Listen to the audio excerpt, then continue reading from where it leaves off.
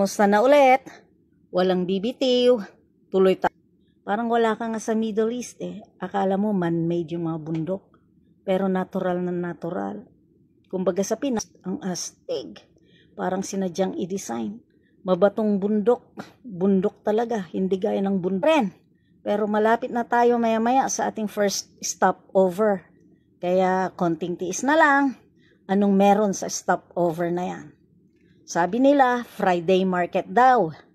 Ayun, napaisip tuloy ako. Every Friday lang ba ito open? Dami ko ng problema. Dumagdag pa ito sa isipan ko. But anyways, bilihan ito ng locally produced fruits and vegetables.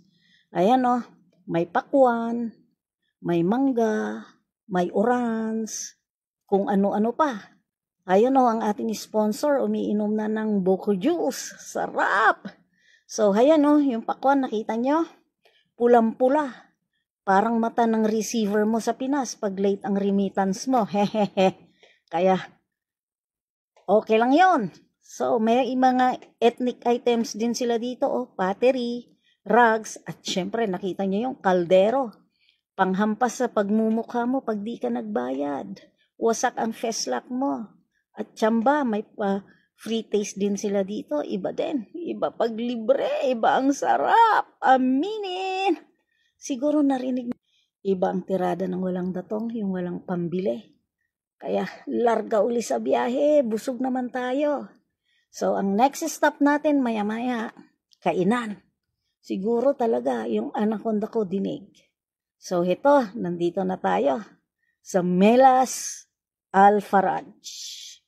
So, yan yon. Dito, nag-o-offer sila ng Arabic food.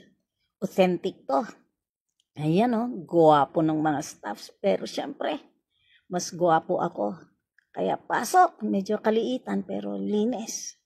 Grabe, iba. Ayan o, may mga kortina. Yung mga partition na ginawa nila. Oops, ayan o. Ayan, medyo kaliitan lang. 8 kami dito, siksikan kami.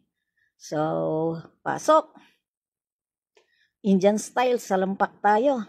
Yung bilbil ko po, naku, struggle. Ayan, ang food namin, kabsa. Kamayan style. Masarap yung laham. Malambot at malasa, super sulit. Sabi nila, mas authentic daw pag walang plato. Dampot lang at subo, kaso walang mesa. Dikit-dikit.